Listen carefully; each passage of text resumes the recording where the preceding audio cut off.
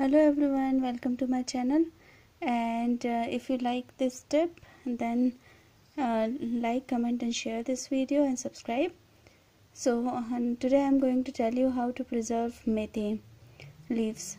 So preserved methi leaves are available in market, and they are known as kasuri methi, and they are very practical to use. In the same way, we are making our own kasuri methi at our home.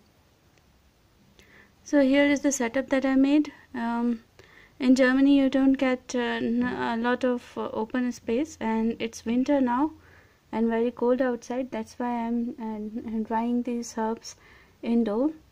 And drying a herb indoor is very beneficial because it retains the color and crispy texture of herb.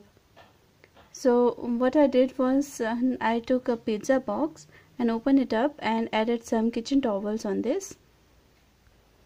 A night before, I washed the methi leaves, and in the next morning, and when it was a bit dried, I pick healthy leaves out, and now I will dry it.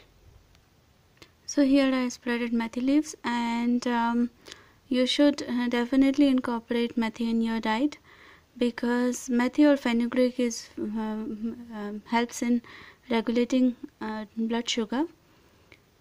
So you can either use it as a spice, or you can directly add it in dal or something. So everything becomes healthier. And if you want to make methi paratha out of dried methi, you just have to add some yogurt and these dried methi leaves.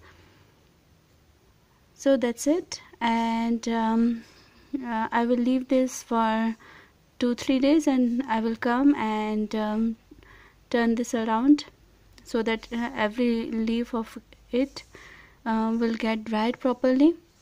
And have a nice day.